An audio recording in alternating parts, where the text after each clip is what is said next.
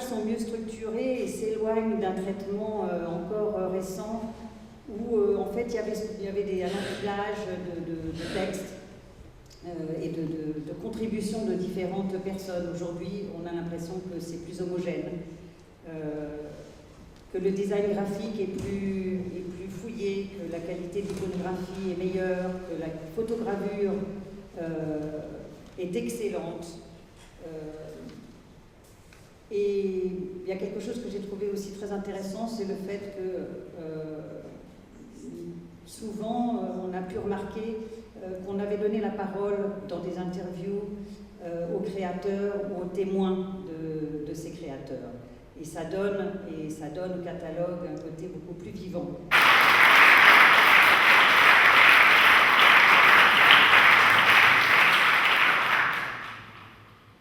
C'est là que le projet Catalpa joue pleinement un rôle de révélateur, avec sa mission de valorisation qui est celle des arpenteurs d'exposition. Ceux-ci ont voulu inscrire au cœur de la saison des nombreux prix parisiens, celui des catalogues d'exposition à l'orée des fêtes de fin d'année.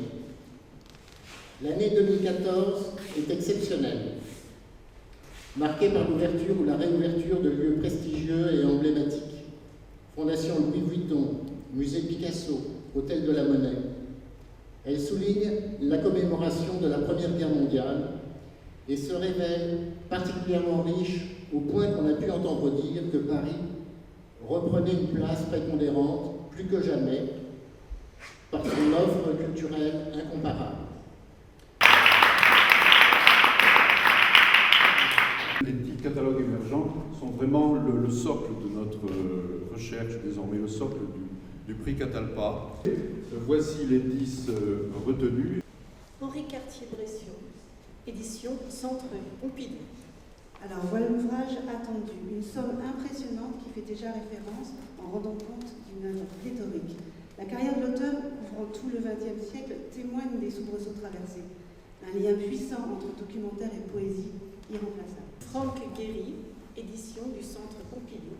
Spectaculaire présence à Paris de cet architecte mondialement reconnu, la convergence de l'inauguration du bâtiment monument emblématique de son talent, la Fondation Louis Vuitton, et 2 expositions simultanées, dont celle du Centre Pompidou. Gustave Doré, L'imaginaire au pouvoir, coédition Musée d'Orsay Flammarion, Musée des Beaux-Arts du Canada. Alors une explosion des multiples talents de Gustave Doré, jusque-là souvent réduit au statut d'illustrateur, un ouvrage scientifique pensé comme un livre, une source de référence. Paul Durand-Ruel, Le Paris de l'impressionnisme, coédition Réunion des musées nationaux, Grand Palais, Musée du Luxembourg. Être missionnaire ou soldat, affirmait Durand-Ruel durant sa jeunesse. Il a été les deux, au service de l'impressionnisme, et ce talent de stratège fut la genèse du marché international de l'art. Dans cet ouvrage, si l'itinéraire des œuvres nous est raconté sans occulter les aspects comptables, nous y découvrons clairement une aventure et une réussite humaine exceptionnelle. Vue du front, représenter la Grande Guerre, coédition Somogy, Bibliothèque de documentation internationale contemporaine, Musée de l'armée invalide. Représentation inédite de la guerre par le soldat créateur, où la confrontation interrogative de l'art et de la guerre, un voyage surprenant au cœur du brasier, dans l'intime quotidien et la vision individuelle rarement révélée. Iran, séquence du moderne en Iran des années 1960 à nos jours, coédition Paris Musée, Musée d'art moderne de la ville de Paris, ARC. Une incursion luminescente dans la création artistique iranienne de ces 50 dernières années. Ce catalogue témoigne de la surprenante ébullition des arts en Iran, nous en prenant par la main pour nous rapprocher et nous immerger dans le mystère de ce pays. La forme modeste du document est en cohérence avec ce qui nous est révélé. Jeff Koons, La rétrospective, édition du Centre Pompidou. Alors, s'il est un artiste qui fait fi de toutes les formes, de frontières et des critiques, c'est bien Jeff Koons, dont le projet se veut en prise directe avec le public. Le tour de force du catalogue est de lever le voile pour la première fois sur les étapes du cheminement qui conduisent l'artiste à questionner et à mettre en scène la matière qui fait art. Indispensable. Maya, Révélation d'un temps sans fin, coédition Réunion des musées nationaux, Grand Palais, Musée du Quai Branly. Sublimant la fâcherie diplomatique très éphémère franco-mexicaine, vous savez, nous est livré un somptueux volume, 20 essais dirigés et rédigés par les meilleurs spécialistes des Mayas, des contributions scrupuleuses qui pourraient être pointues, dans son point main très accessible. Gary Vinogrand, coédition Musée du jeu de paume, Flammarion. Le témoignage majeur d'un street photographique de l'Amérique de l'après-guerre qui révèle aussi les âmes, une part seulement mais quelle part, du continent de cet immense photographe. Une monographie qui restera. Niki de Saint-Phal, coédition Niki de Saint-Phal, Niki Charitable Art Foundation et réunion des musées nationaux Grand Palais. Une belle proposition graphique redonnant vie à l'esprit même de la créatrice si moderne, si pionnière et si femme.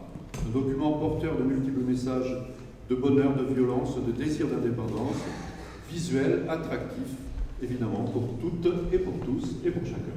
Le catalogue Niki de Saint-Phal reçoit le prix Catalpa 2014.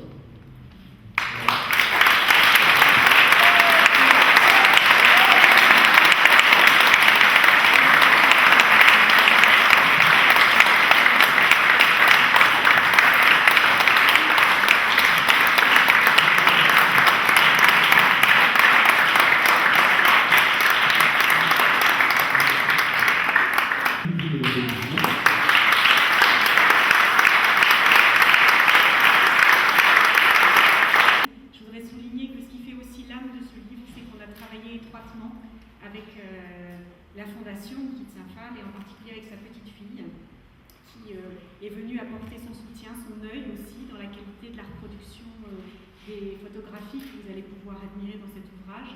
Et effectivement, son œil, ses souvenirs, toute l'âme qu'elle a su apporter ont beaucoup contribué certainement aux résultats que vous avez su apprécier. Voilà.